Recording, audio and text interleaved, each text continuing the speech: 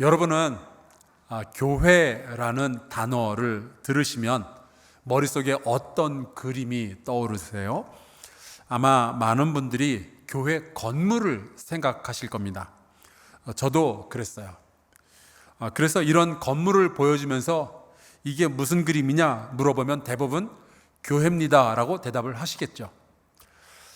지금 이 사진에 있는 교회는 제가 11년 전에 한국에 들어오기 전까지 미국의 오클라호마에서 8년 동안 담임을 했던 챈들러 제1감리교회 사진입니다. 그런데 이 교회라는 단어는 사실은 건물을 뜻하는 것이 아니라 사람들의 공동체, 모임을 뜻하는 거죠. 교회는 이렇게 함께 앉아서 예배를 드리는 성도들의 모임을 뜻하는 거지 우리가 지금 앉아있는 이 건물을 의미하는 것이 아닌 거예요. 건물은 예배당이라고 부르는 거죠. 지금 보시는 저 사진에 제가 있습니다. 그때만 해도 제가 머리가 까맸었네요. 우리가 분명히 알아야 될 것은 예루살렘 성전과 유대인을 우리가 명확하게 구분할 줄 아는 것처럼 예배당과 교회가 어떻게 다른지 명확하게 구분하는 것이 좋겠습니다. 자, 그러면은 교회는 사람들을 의미하는 건데 이 교회라는 단어는 어떻게 시작이 된 걸까요? 교회는 헬라어 에클레시아라는 단어의 번역입니다. 성경에는 마태복음 16장에 이 교회라는 단어가 처음으로 등장을 하는데요. 예수님께서 교회라는 말씀을 하셨습니다. 마태복음 16장 18절. 또 내가 네게 이르노니 너는 베드로라. 내가 이 반석 위에 내 교회를 세우리니 음부의 권세가 이기지 못하리라. 교회를 반석 위에다가 세운다고 하니까 우리가 자꾸만 건물을 생각하게 되는 것 같아요. 하지만 여기에 교회라고 번역된 헬라어가 에클레시아입니다. 이 단어를 잠깐만 분석을 하자면 처음에 나오는 에크라는 뜻은 무엇으로부터 무엇 밖으로라는 뜻이고요. 클레시아 혹은 클레오라는 뜻은 불렀다, 부른다 그런 뜻입니다. 그래서 이 두 개를 합치면은 어떤 곳으로부터 바깥으로 불러낸다라는 뜻이 되는 거죠. 그래서 교회 에클레시아라는 단어는요, 부름받은 사람들, 어디로부터 어디로 부름받은 사람들을 뜻하는 거예요. 여러분과 저는 세상으로부터 혹은 과거의 상처와 절망으로부터 혹은 마귀의 종로로 타던 자리로부터 구원의 자리로 부름받은 사람들인 줄로 믿습니다. 여러분 옆에 있는 분들 그렇게 부름받은 사람들인 거예요. 우리가 왜 이 자리에 함께 모여서 예배를 드리고 있는가? 부름받았기 때문에 우리가 예배를 드릴 수가 있는 거죠. 자, 그러면은 도대체 누가 불렀기에 저나 여러분이나 이 자리에 이렇게 함께 앉아있게 된 걸까요? 그분은 우리의 하나님 아버지이십니다. 그분이 우리를 불렀어요. 하나님은 구약시대나 신약시대나 오늘날이나 하나님의 사람들을 부르셔서 함께 동행하시고 그들에게 복을 주시며 그들과 함께 일을 하시는 분이시죠. 아담을 부르셨고요, 노아를 부르셨고요, 아브라함을 부르셨고요, 야곱을 부르셔서 하나님과 동행하시며 복을 부어주시고 그리고 하나님의 일을 이루어 가시는 거예요. 그래서 하나님은 불러내시는 하나님이십니다. 자, 그러면 하나님은 우리를 어디로 부르실까요?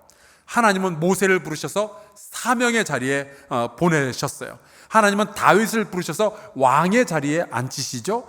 예수님께서는 베드로와 안드레를 부르셔서 그들로 하여금 사람을 낚는 어부가 되는 자리에 내어 보내셨습니다. 하나님은 여러분을 구원받은 백성의 자리로 부르신 거예요. 그래서 우리가 이렇게 함께 예배를 드리게 된 거죠. 그런데 이 하나님은 우리를 또한 거룩함의 자리로 부르십니다. 오늘 말씀에 이렇게 되어 있어요. 너희는 나에게 거룩할지어다. 이는 나 여호와가 거룩하고 내가 또 너희를 나의 소유로 삼으려고 너희를 만민 중에서 구별하였음이니라. 이 거룩이라는 단어는 우리 교회 다니다 보면은 굉장히 자주 듣게 됩니다. 많이 사용하죠. 찬송가에도 보면은 거룩 거룩 거룩 전능하신 주님 이런 찬송도 있고요. 거룩하신 하나님 주께 감사드리세 이런 찬송도 있고요. 성경에도 보면은 이 거룩이라는 단어는 한 500번 정도가 나옵니다. 많아요. 심지어 여러분의 담임 목사인 제 이름은 또한 어떻겠습니까? 성수잖아요. 이 가운데 성자가 성인성, 거룩하다라는 뜻이에요. 또 우리가 이야기하죠. 성부, 성자, 성령, 삼일체 하나님. 거룩하신 아버지, 거룩하신 아들, 거룩하신 영. 성경, 거룩한 책이라는 뜻이에요. 성가대, 거룩한 노래를 부르는 사람들이라는 뜻이고요. 주일 성수, 주일은 거룩하게 지켜야 된다는 의미죠. 그래서 우리가 신앙생활을 하다 보면 이 거룩이라는 단어는 수도 없이 마주치게 되어 있습니다. 하나님은 우리를 이 거룩함의 자리로 부르시는 거예요. 성경에 하나님께서 우리를 거룩하게 부르신 이 이야기는 수도 없이 많이 나옵니다. 제가 몇 개만 추려서 나왔어요. 출애굽기 19장 6절, 너희가 내게 대하여 제사장 나라가 되며 거룩한 백성이 되리라. 출애굽기 22장 31절, 너희는 내게 거룩한 사람이 될지니. 레위기 11장 45절, 나는 너희의 하나님이 되고 너희를 애굽 땅에서 인도하여 낸 내 여호와라. 내가 거룩하니 너희도 거룩할지어다. 레위기 19장 2절, 너희는 거룩하라. 이는 나 여호와 너희 하나님이 거룩함이니라. 하나님은 우리를 계속해서 거룩의 자리로 부르셔요. 그런데 너무 많이 부르시니까 이쯤 되면은 이 거룩이라는 단어만 들어도 부담이 돼요. 거룩이 거북해져요. 도대체 거룩한 게 뭔데 이렇게 자꾸만 하나님이 우리에게 거룩하라고 말씀을 하실까요? 사실 제가 여러분에게 거룩한 게 뭐예요? 라고 물어보면 딱히 대답할 말도 별로 없습니다. 목사님, 거룩은 말이죠. 그 왜 있잖아요. 목사님스러운 거? 아마 그런 수준에 있는 분들이 상당수일 거라고 생각을 하는데, 그런 분들을 위해서 거룩함, 성경에 나오는 거룩함에 대해서 짧게 설명을 드리겠습니다. 이 거룩함이라는 단어는 히브리어로 카도시 혹은 카데시라고 하는데, 그 근원에 담겨져 있는 뜻은요, 구별된다, 떨어져 있다, 그런 뜻입니다. 독특하다, 그런 뜻이에요. 그러니까 함께 막 섞여 있는데도 쟤는 좀 다르다, 이런 게 보이는 거죠. 군계일학이라는 말이 있습니다. 많은 닭이 모여 있어도 그 가운데 학이 한 마리 있으면은 이거는 가릴 수가 없는 거예요. 딱 드러나는 거죠. 그게 거룩함의 이야기예요. 뭔가 다른 것, 이게 모든 거룩함의 출발점입니다. 우리 양옆으로 다시 한번 인사를 나누겠습니다. 옆에 계신 분들 보시고요. 오늘 뭔가 다르시네요.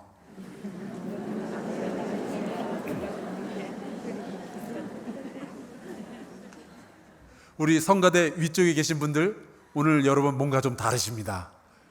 이게 거룩함의 출발인 거예요. 뭔가 다른 거. 자, 근데 왜 다를까요? 우리가 왜 다른 사람이 되어야 될까요? 오늘 말씀에 보니까 이렇게 되어 있어요. 너희를 나의 소유로 삼으려고 너희를 만민 중에서 구별하였음이니라. 하나님이 우리를 이미 구별을 하신 거래요. 따로 다르게 살도록 만들어 놓으셨대요. 왜 구별을 하셨는가? 하나님의 소유로 삼으시려고요. 얘들은 내 거, 얘들은 내 백성. 하나님이 벌써 구별을 하신 거예요. 그러니까 이스라엘 백성은 자기들이 거룩하려고 애쓰기 전에 이미 거룩한 하나님으로부터 거룩한 백성이 되도록 거룩한 선택을 받은 거예요. 그게 지금의 여러분과 저의 현실입니다. 여러분이 어떻게 해서 예수를 믿게 되었을까요? 어떻게 해서 이렇게 교회 나와서 예배를 드리게 되었을까요? 누가 옛날에 전도했어요? 엄마 아빠가 이미 예수 믿었기 때문에 나도 자동으로 예수를 믿게 되었나요? 아니면은 어린 시절 교회에 어떤 오빠가 되게 멋있다고 그래서 등록을 했다가 지금까지 그냥 교회를 다니게 되었을까요? 여러분, 그 모든 일들이 다 좋은 일이지만 그 일들의 배경에는 하나님의 구별하심이 먼저 있었던 거예요.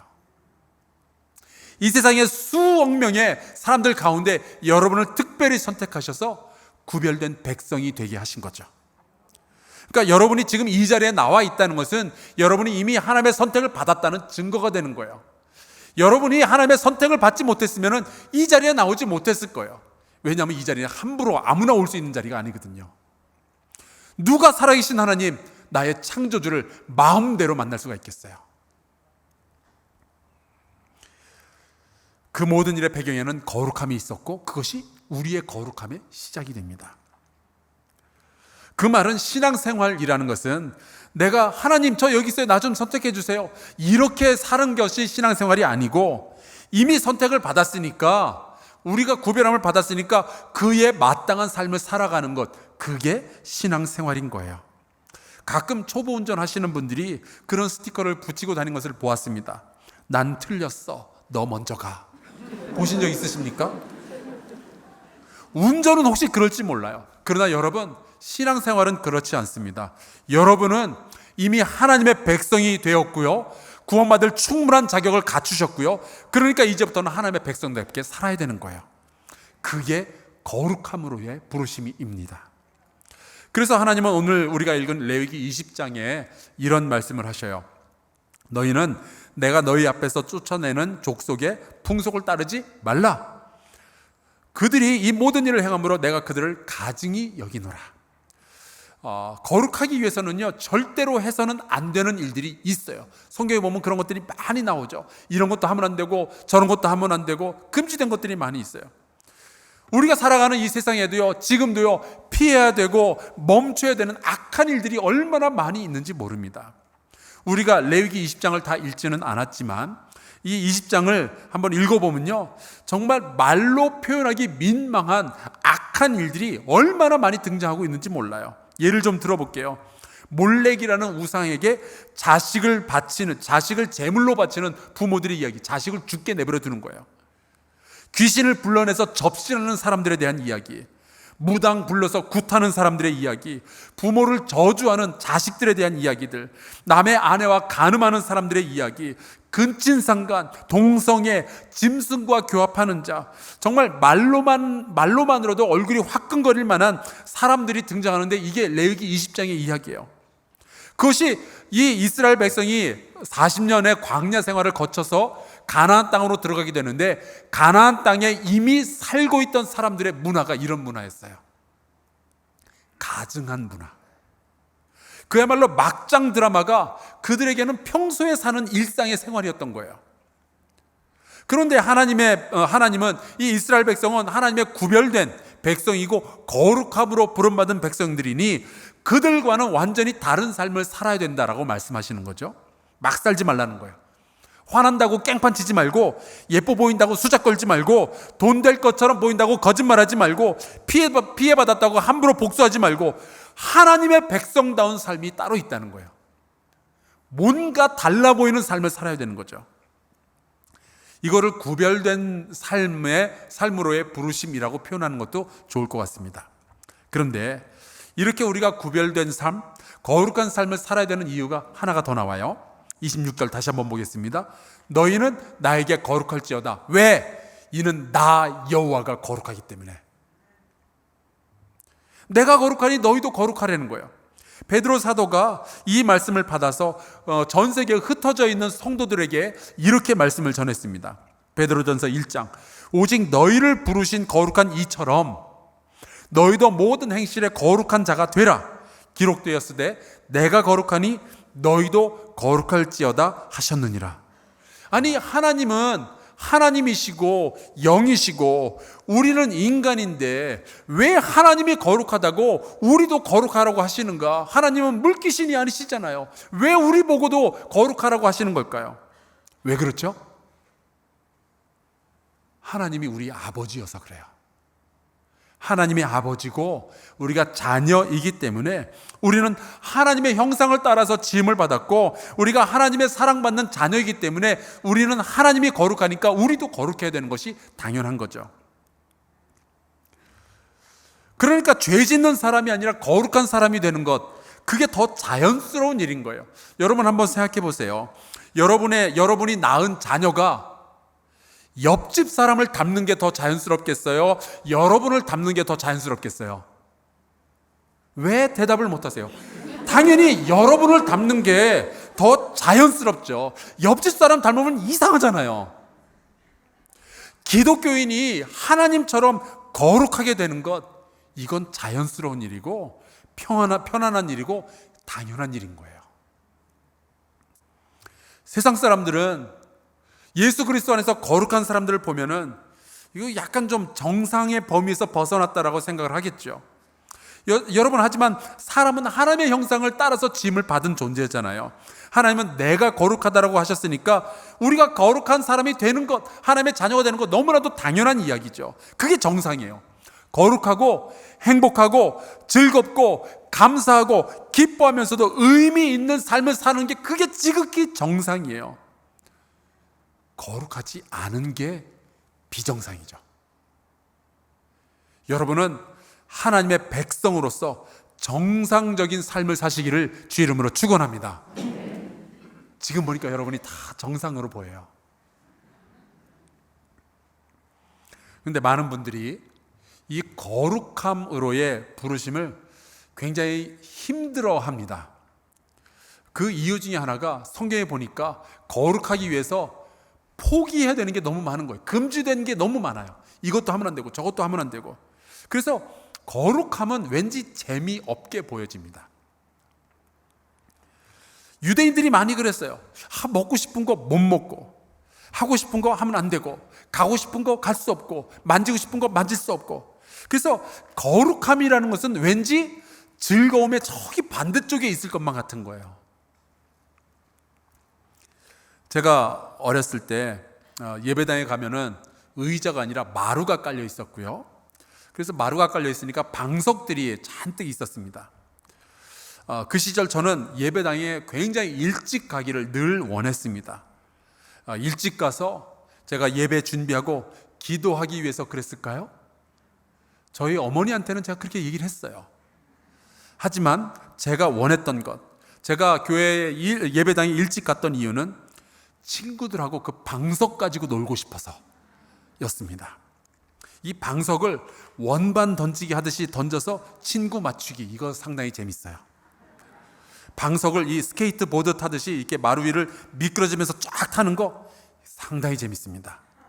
가장 재미있는 것은 이 방석들을 모아가지고 산처럼 쌓아놓고 막 달려와서 그 위에 다이빙을 해서 팍 넘어지는 거, 이거 정말 재밌어요. 여러분도 꼭 한번 해보세요.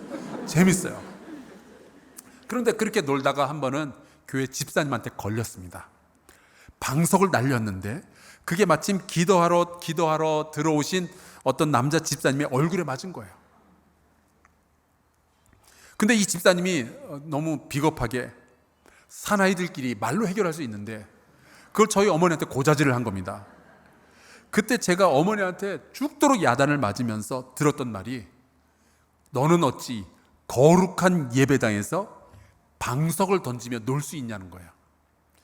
물론 제가 한 짓이 좋은 거 아니에요. 야단 맞아 마땅하죠. 하지만 그때부터 제 머릿속에는 어떤 생각이 들어왔는 거 아니, 거룩하다라는 것은 재미없는 거구나 라는 생각이 들어왔어요. 거룩함이라는 것은 즐거움의 반대편에 있는 거구나, 이런 거죠. 거룩하다는 것은 뭔가를 포기해야만 하고 고통스러워야 되고 눈물을 흘려야 되고 힘들어야 되고 기쁘면 안 되고 이런 생각들이 드는 거예요. 그러고 보니까 옛날에는 주일날에는 식당도 가면 안 되고 버스도 타면 안 된다는 이야기를 들은 적이 있어요. 왜냐하면 거룩한 날에는 돈을 쓰면 안 되니까. 그래서 교회 어느 장로님이 저분 참 거룩하다고 그러면은 가까이 가고 싶지가 않은 거예요. 왠지 부담스럽고 재미없고. 그러다 보니까 이 거룩함이 전혀 매력적으로 저에게 느껴지지가 않았습니다. 제 눈에도, 교회를 늘 다녔던 저의 눈에도 그러니 예수 안 믿는 교회 바깥에 있는 사람들이 볼 때는 거룩하다라는 것이 어떻게 보여지겠어요? 재미없고 아주 고리타분하고 멀리하고 싶고 그런 거죠. 제가 박사과정 공부하면서 읽었던 책들 가운데 The Idea of Holy라는 책이 있었어요. 지금으로부터 거의 100년 전에 쓰여진 책인데 여러분, 제가 이 책을 공부하는 게 재미있었을까요? 전혀 아니었습니다. 그런데 이 책이 그런 식으로 거룩함에 대해서 설명을 하는 거예요. 거룩하다라는 것은 뭔가 신비하고 잘 모르겠고, 그러니까 두렵고, 그것 때문에 눌리는 감정, 압도당하는 그런 감정이다. 그래서 우리가 큰 성당을 가거나 그러면 여기 뭔가 좀 거룩하다, 그런 감정을 가지게 된다는 거예요. 저 책을 쓴 사람이 루돌프 오토라는 독일인 신학자인데요. 그분 얼굴 사진이 책에 한 군데 나와 있더라고요. 여러분, 저분의 표정이 어떤 것 같아요? 기뻐 보이지 않죠. 화가 나 보여요. 남의 외모 보고 뭐라고 그러는 거는 좀 그렇지만 여러분, 저 얼굴이 거룩해 보입니까? 그런데 어쩌면 옛날 사람들은, 100년 전 사람들은 저렇게 고뇌에 찬 표정들을 거룩하다라고 여겼는지 모르겠어요. 이 세상의 모든 풍속과 모든 죄악에 대해서 분노하는 얼굴, 속세를 떠내야 된다라고 소리치는 그런 표정. 근데 과연 이렇게 거룩하다라는 것이 매력 없는 것이고 재미없는 것이고 전혀 즐겁지 않은 것일까? 그렇다면 이 거룩함이라는 것은 사람들을 가까이 오게 끌어당기는 것이 아니라 오히려 사람들을 멀리 밀쳐내는 것일까? 제가 그런 생각이 드는 거죠. 그래서 제가 이런 질문을 해봤어요. 예수님이 33년 동안 이 땅에서 사셨는데 그 예수님의 사시는 그 모든 순간 가운데 가장 거룩했던 순간은 언제였을까? 아마 많은 분들이 십자가에 달리셨을 때가 아닐까 생각을 하시겠죠. 근데 제가 곰곰이 생각해 보다가 결론을 내렸어요. 제가 보기에 예수님의 나심부터 죽으심, 그리고 부활하심, 승천하신 순간까지 이 33년의 기간 동안에 거룩하지 않았던 순간은 단 한순간도 없었어요. 이게 저의 결론이에요. 왜냐하면 하나님은, 예수 그리스도는 살아계신 하나님의 아들이시니까. 그분이 하나님이시잖아요. 내가 거룩하다고 말씀하신 그분이잖아요. 그러니 그분의 인생 가운데 거룩하지 않았던 순간이 어디 있겠어요?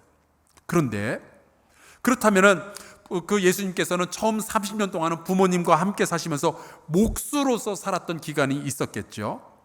그럼 목수가 무슨 일을 하겠어요? 고객들이 찾아오고 이거를 고쳐주세요, 이걸 만들어주세요 그러면은 성실하게 노동자로서 그 일들을 해준 시간들이 있었지 않겠어요?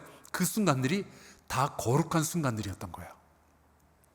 이제 공생애가 시작되면서 예수님은 어부들과 어울리기 시작하셨고 죄인들과 어울리기 시작하셨고 그들과 식사 자리에서 함께 즐거운 시간을 보내셨죠. 심지어 예수님은 술도 드셨어요.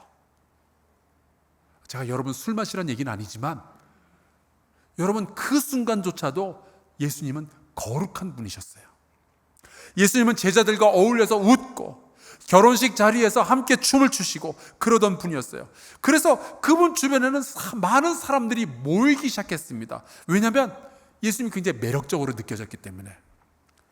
여러분, 제가 그래서 생각하는 것이 있어요. 거룩하다라는 것은 사람들을 멀리 밀쳐내는 것이 아니라 그들을 떠나도록 만드는 것이 아니라 오히려 그들이 가까이 다가오도록 하는 능력이기도 한 거예요.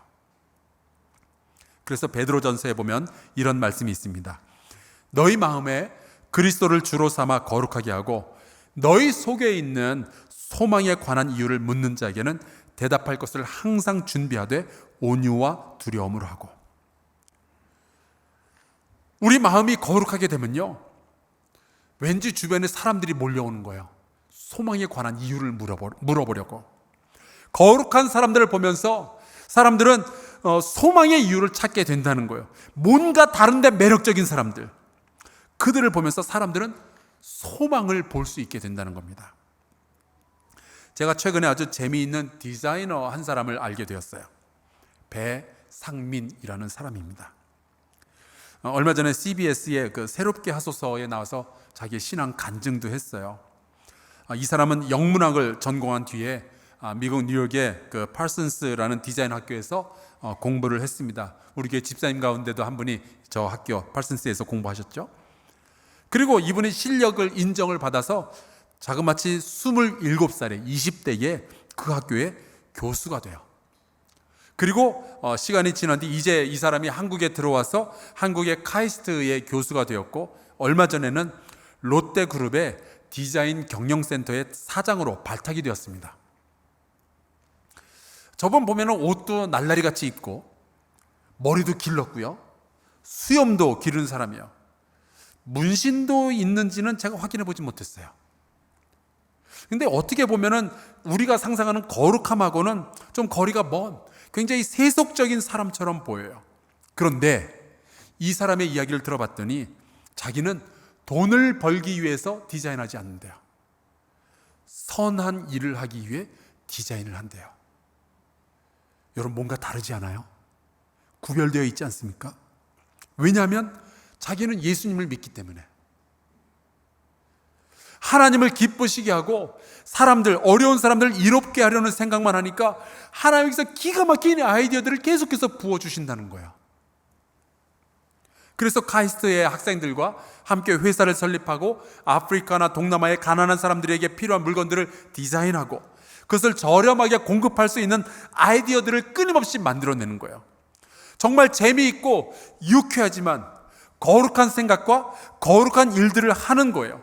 제가 저 사람을 보면서 생각을 했습니다. 거룩한데 매력 있는 사람이구나. 굉장히 매력적인 사람인데 거룩한 일을 하고 있구나.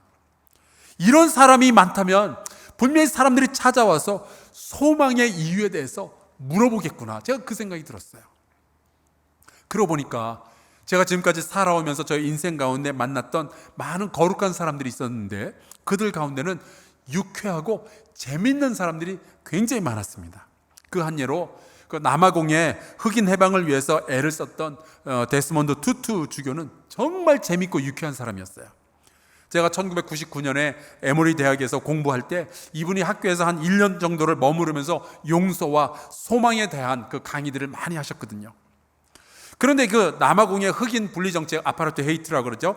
그것을 반대하다가 넬슨 만델라, 우리가 잘 아는 이 넬슨 만델라와 함께 감옥 생활을 굉장히 오랫동안 했다고 하는데 저분의 표정을 막상 보면은 늘 웃음과 장난기로 가득 차 있는 거예요. 키도 자그마한데 이런 말을 하면 좀 그렇지만 연세도 있으신데 너무 귀여우신 거예요. 지나간 학생들에게 유쾌하게 인사도 참 잘하시고 저를 만나면 서툰 한국말로 안녕하세요 그러면서 인사도 하시고, 제가 이분에게서 발견한 것이 그거였어요. 거룩한 분인데 매력이 있는 거예요. 사람을 끌어당기는 힘이 있는 거예요. 그래서 제가 알고 있는 거룩한 사람들의 공통점은 뭔가를 안 하고 뭔가를 금지하고 뭔가를 포기해서 거룩해 보이는 사람들이 아니었어요. 사실 하나님은 우리를 뭔가 좀 못하게 막으려고 금지하려고 우리를 지으신 것이 아니죠. 만약에 뭔가를 못하게 하려고 하셨으면 처음부터 우리를 안 만드셨겠죠. 그러면 할 일이 없으니까. 근데 하나님은 우리가 죄도 지을 거고 실수도 할 거고 연약한 거 다 아시는데도 우리를 지으셔서 이 세상에서 살게 하신단 말이에요. 왜요? 우리가 실수할지라도 뭔가 선한 일을, 하나님께서 기뻐하시는 일들을 하도록 하기 위해서 만드시는 거죠.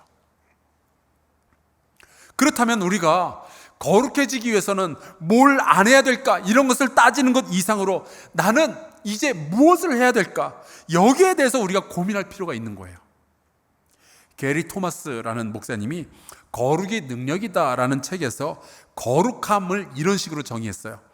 하나님께 유용한 상태.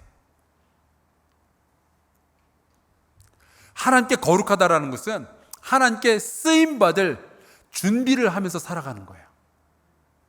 하나님의 말씀을 듣고 분별하기 위해서 애를 쓰고 하나님께 순종할 준비를 하고 때가 오면은 쓰임받을 수 있도록 내 자신을 내어드리는 것, 이게 거룩한 삶이죠.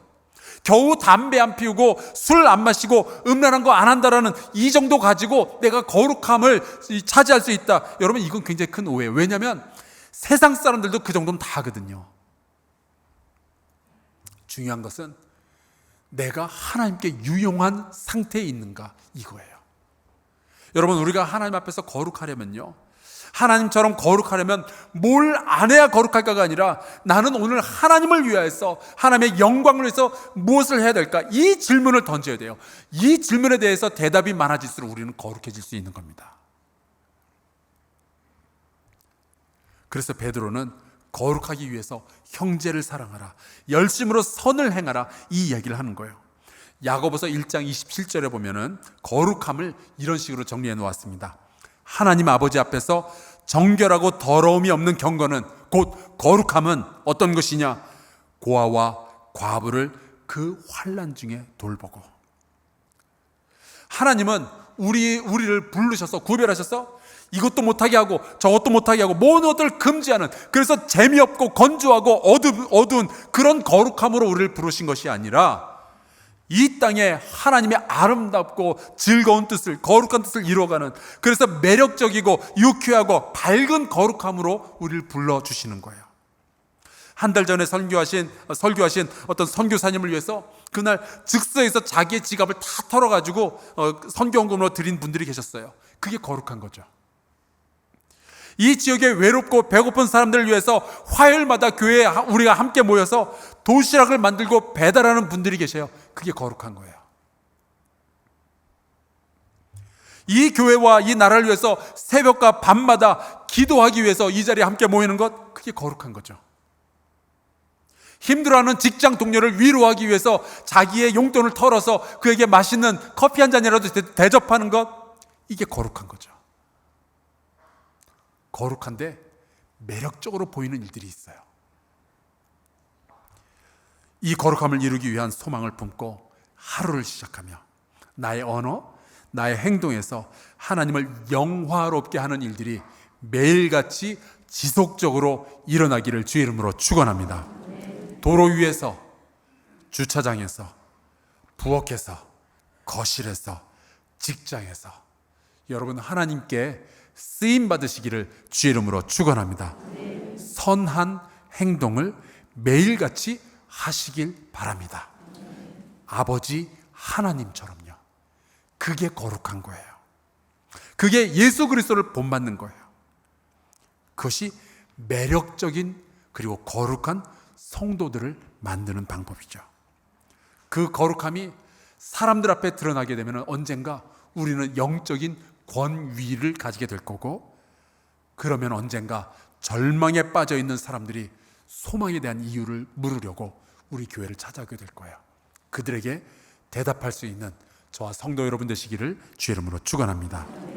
우리 같이 찬송 부르고 기도할까요? 455장 찬송가의 후렴 가사가 이렇게 되죠.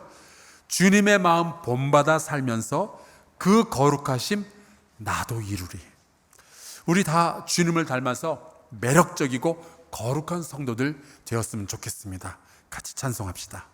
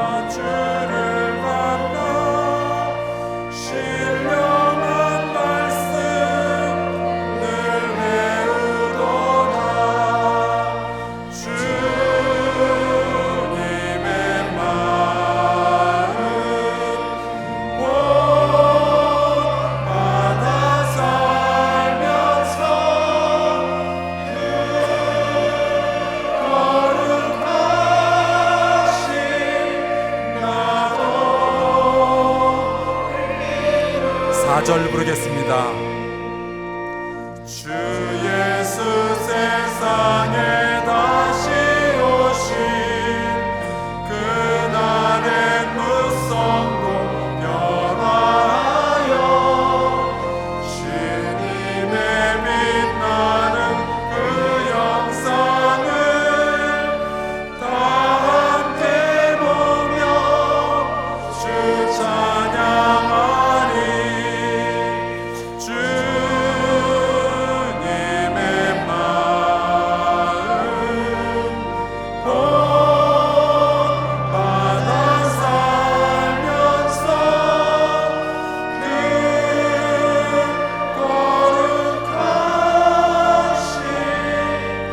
나도 이르리. 우리 같이 동성으로 기도할까요? 하나님, 우리가 세속에 물들지 않지만 늘 하나님께 유용한 사람이 되게 하여 주옵소서.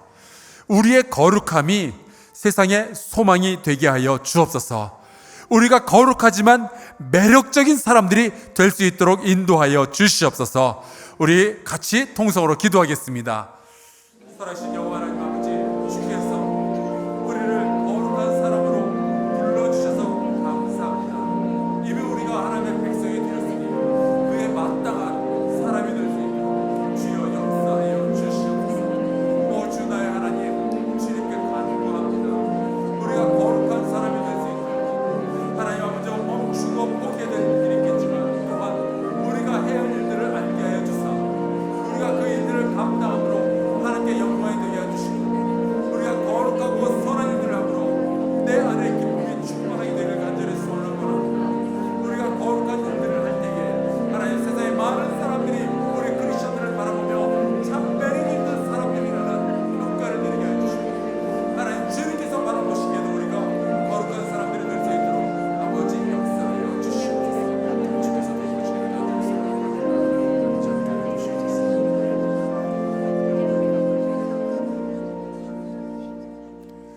하나님 아버지, 우리를 구별하사 하나님의 자녀로 삼아주시니 감사합니다. 이제 주께서 우리에게 원하시는 대로 우리가 하나님 앞에서 거룩한 백성이 되게 하여 주옵소서. 주께서 우리를 거룩함으로 부르셨으니 이 세상 사람들의 눈에도 거룩한 성도가 되게 하여 주옵소서. 나의 이익을 취하기 위해서 거룩함을 포기하지 않는 용기를 우리 성도들에게 허락하여 주옵소서. 선하고 아름다운 일들을 하기 위하여 주님께 쓰임받는 인생이 되게 하여 주옵소서.